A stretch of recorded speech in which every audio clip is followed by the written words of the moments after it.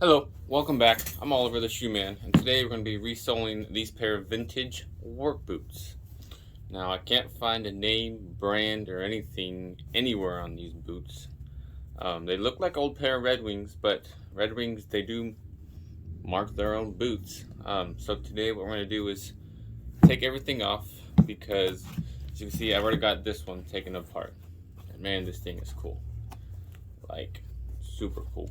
Um, so the leather welt is dry rotted. I tried pulling it off. It just broke into a million pieces. So we're going to take everything off. We're going to condition the uppers. We're going to sew on a new flat welt, which is different from a storm welt. And I'll show you the difference later. We're going to do leather midsoles. And this time we're actually going to do these white vibram soles. I think these are going to look pretty cool.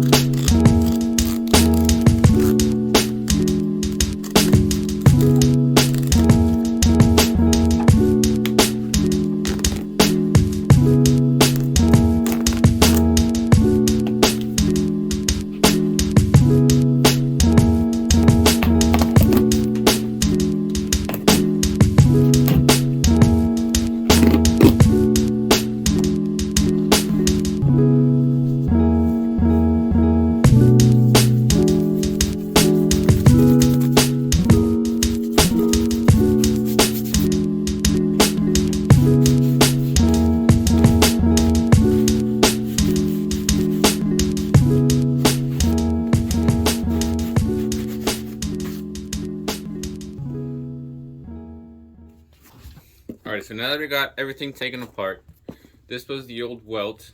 As you can tell, it's pretty much dry rotted. So we're going to replace that with this brand new leather flat welt. It's called flat welt because it's flat.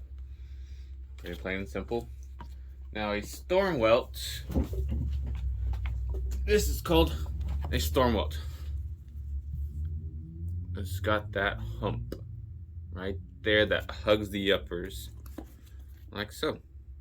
Now this flat welt just goes on like so, and that's what this was. So we're gonna get this sewn on. I'll be back in about 30 minutes. What I'm doing is taking what's called a jerk needle. Let's see if I can show it to you. There, jerk needle. You see the hook on that line, or hook on the end of the needle? So right here you see little holes. These are the original welt holes. What this piece used to be stitched on. See those holes right there? Those went like that. So to stitch the new welt on, we have to follow those holes. That way we don't poke new holes and cheese grate the leather. Therefore, it's weakening it, and this is the welt's just gonna fall off if you end up doing that. So you're gonna line up the holes. Push your needle through the welt into that hole. It'll come out that side. Take a loop, loop it in, pull out that loop. Now take your tag end and put the thread through the loop. Pull this side and pull both sides tight. I like doing that just to hammer it on, make it tight and flush up against the edge of the boot. And pretty much you just got to do this all the way around the boot. As you can see, I'm coming around near to the end, and these holes are about every, I'm gonna say, 1/4 inch, just maybe a little over 1/4 inch, all the way around the boot. So now you can understand why it takes me so long to sew on new welts, and why I charge so much more when I need to put new welts on.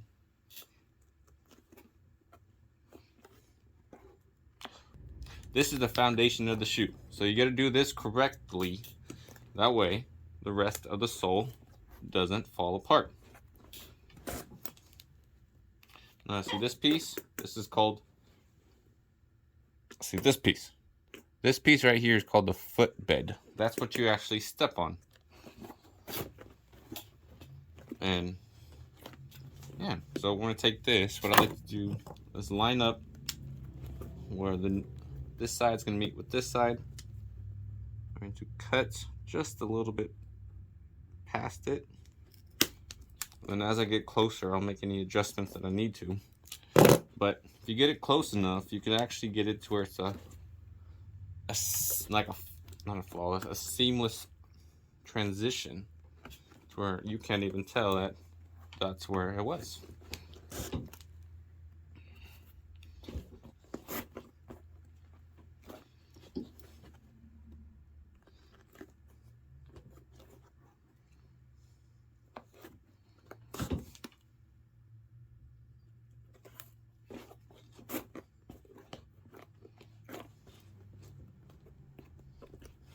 As you get closer to the end, it's hard to tell where the holes are because you can't really pull the welt away because it's so close. So you kind of got to look on the inside to see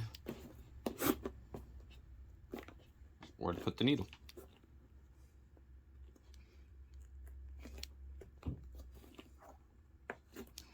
Alright, now that we're at the end, what I like to do is obviously get that as close as you can, but go in between. See if you can see that. Yeah, go in between the two pieces. Poke the hole. And what this does is pretty much, I believe, it ties the ends down together to the boot, making it stronger. So I go one more to the other side.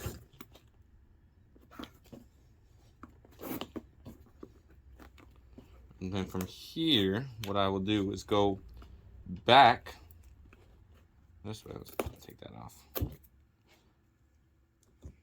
Go back, pull my thread, pull my loop, and I'm going to pull this all the way out to where I could actually get to the other side. And then now you got your two pieces. And then here, I like to tie knots. I do 2, 3 sometimes if I really want it to stay.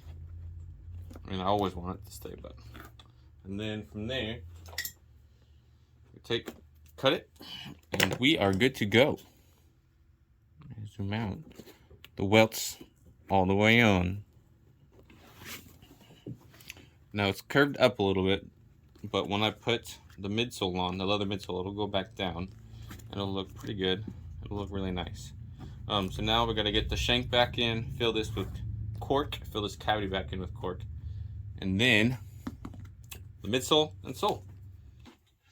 Alright, so we got the original shank back in.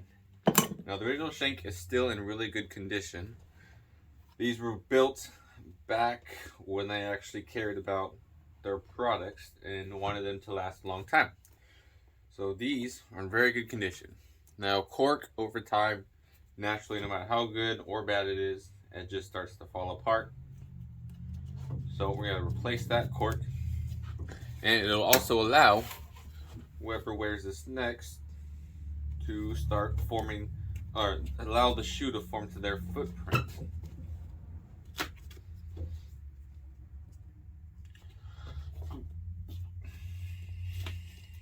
And then just got to hammer in, fill in the cavity.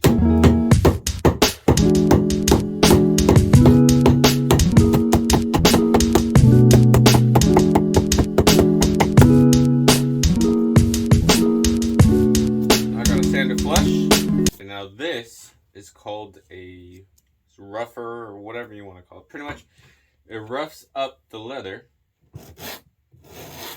That way when I put glue on there, it will allow a better bond to the midsole.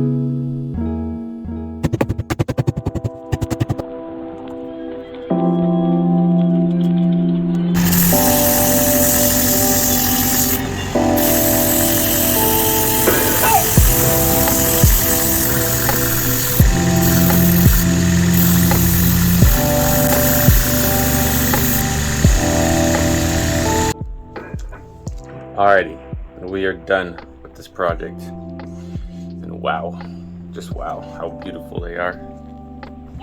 I love how they turned out. The white really just pops on these guys. Now, it originally had a brown welt with white stitching. I went with the neutral welt because I wanted to go with like pretty much all light colors. I love how the uppers look and how the patina over time, that it just built up, and only time can really do a really good patina. I mean, there's patina artists where they'll paint something, but it's nothing compares to what time will do to a boot. And then when you put the new soles on the bottom, it looks brand new. It's just gorgeous, man. Wow, I'm just speechless.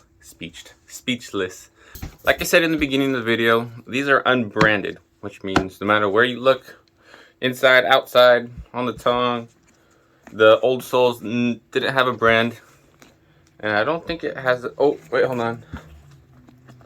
It says it is a size 10.5 E. That makes sense because I put these on and boy, oh boy, are they comfortable. The sole, not the sole, but the footbed, which you walk on, has like this, not memory foam, but like a soft cushion on it that you don't even need to wear insoles with these things. And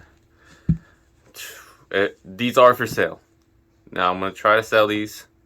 And if nobody buys them, then I'm definitely keeping these for myself because that's how much I love them.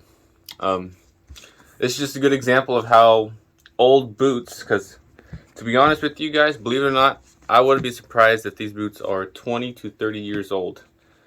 And I based off of how they were built, and just how they look and the quality of everything. Like, all I did was put leather conditioner on there, and these things are nice and soft. They're malleable, they're ready to go, like they were made just yesterday. It's crazy what good quality work will do, how long these boots will last, and these boots will get another 10 to 15 years if taken care correctly, if not more, who knows.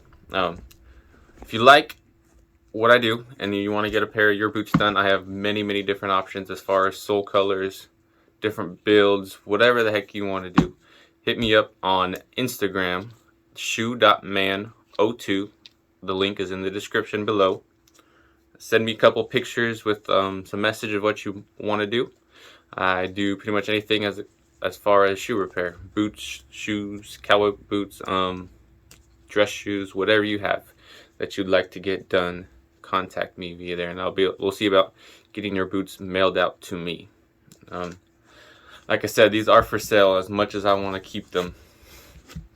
The link will be down in the description to the eBay page where you can go get these for yourself. Like I said, they are a 10.5 E, and man, that footbed, I don't know if they make those anymore as far as new shoes these days with that type of footbed. But once you put your foot in, it's like a cloud. It really is. Thank you for watching. I really do appreciate it. Please like, subscribe, and follow for more. Go follow me on Instagram. Also follow my business Instagram, because I got 2 Instagrams, my personal and my business. Both links will be down in the description.